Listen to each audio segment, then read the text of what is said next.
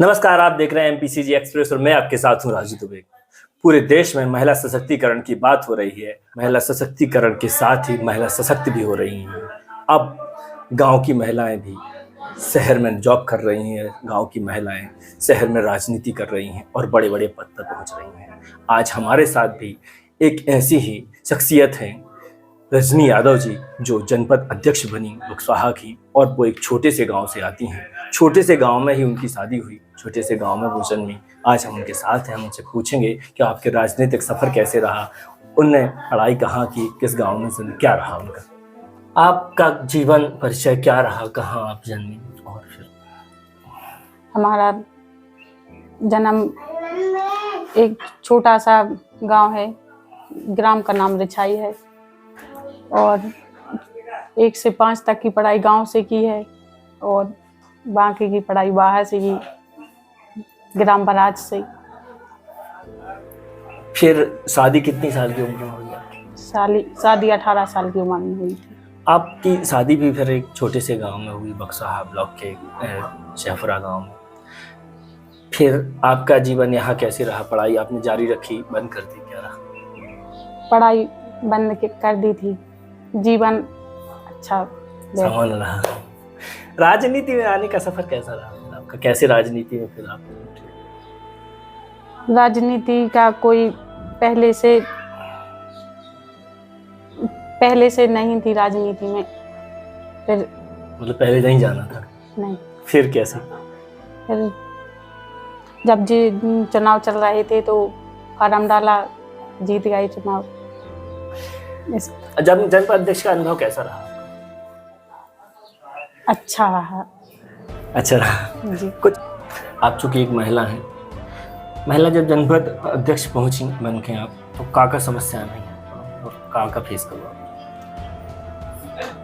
समस्याएं तो बहुत आई हैं, ये हर समस्या का सामना भी किया है।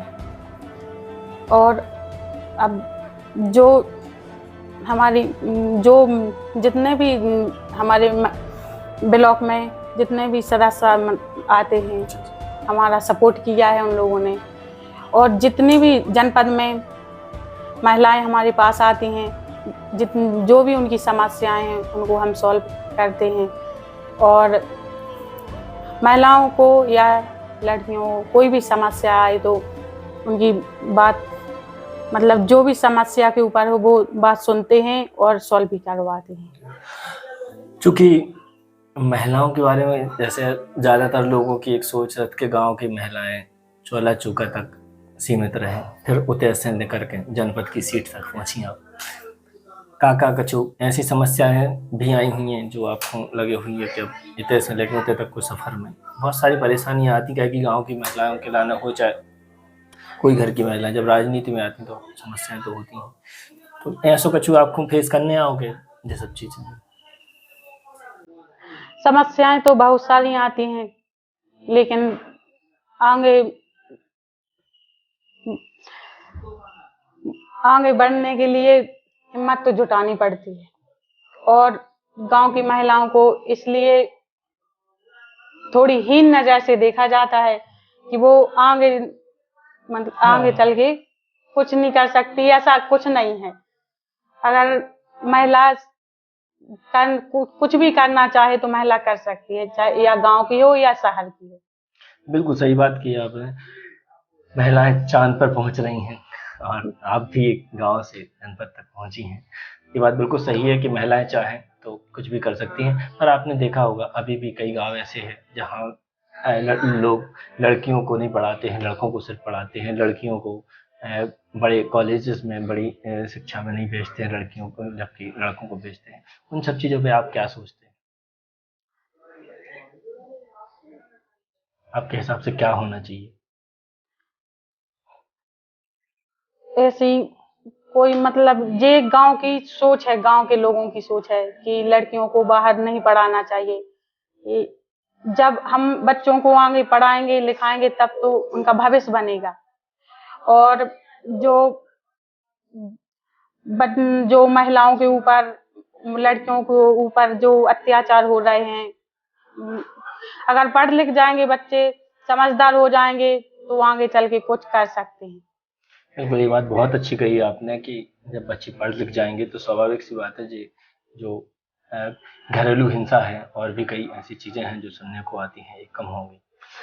पर अभी भी आप देख रही होंगी कि कई गांव ऐसे हैं जहां अशिक्षित वर्ग है महिलाओं का, या फिर बच्चियों का अशिक्षित वर्ग है। उसका सिर्फ एक कारण है कि उनके लिए भेजा नहीं जाता बाहर चीज़ें। तो उन सब चीज़ों के लिए आपको क्या लगता है कि क्या प्रयास होने चाहिए?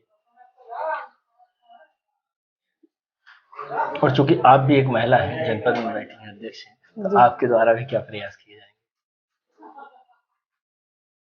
हमारी राय तो यही है कि गांव जो अभी ये प्रशिक्षण चल रहे थे उनसे भी बच्चों को सीख मिल रही है, और बच्चे गांव से शहर तक का सफर तय करके पढ़ लिख रहे हैं, तो हमारी तो यही राय है कि वो पढ़ लिख कर कुछ आगे का कर सकते। जो आने वाला दौर है, उस दौर में आप महिलाएं सशक्त तो हो ही रही हैं, पर फिर भी कुछ गांव में ऐसी स्थितियां हैं कि अभी भी बच्चों के लिए नहीं उतनी सुविधाएं मिल पा रही। उन सब चीज़ों के लिए आप चूंकि जनपद अध्यक्ष हैं, तो आप क्या कहना चाहती हैं बच्चियों को? मेरा यही कहना है कि मैं भी एक छोटे से गांव से हूँ और आगे का सफर तय किया है, और इतने आगे बढ़ के अब पीछे मुड़ के नहीं देखना है। मेरा यही बच्चियों से भी और महिलाओं से भी कहना है कि किसी भी, या पढ़ाई का दौर है या किसी नौकरी की तैयारियां चल रही हैं, तो अब जो जिस मुकाम के लिए निकली हैं उसको पूरा करके ही लौटना है। बिल्कुल, सरकार इतनी सारी योजनाएं चला रही है, बेटी बचाओ बेटी पढ़ाओ और लाडली बहना वगैरह, आधा दर्जन योजनाएं महिलाओं के लिए, लड़कियों के लिए चल रही है।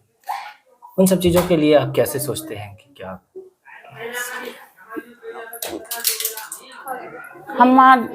हमारा यही कहना है कि हम लोग भी काम कर रहे हैं और सरकार भी काम कर रही है, तो बच्चियों को, महिलाओं को इसका लाभ भी लेना है, और लाभ के साथ साथ जो भी योजनाएं चल रही हैं उसका। ये थी हमारे साथ रजनी यादव, जनपद अध्यक्ष हैं, जो उनने बेबाकी से हर सवाल का जवाब दिया। साथ ही उन्होंने कहा कि जो योजनाएं चल रही हैं उसका तो वो लाभ लें ही, साथ ही उन्होंने कहा कि हम जो महिलाएं सशक्त बन रहे हैं, उनमें अगर कोई महिला हमारे पास आती है और किसी योजनाओं को लेकर या फिर किसी समस्याओं को लेकर उसे समस्या जाती है, तो हम सदैव उसका सपोर्ट करते हैं, उसके साथ खड़े रहते हैं, और ऐसे ही महिलाएं सशक्त होती रहें।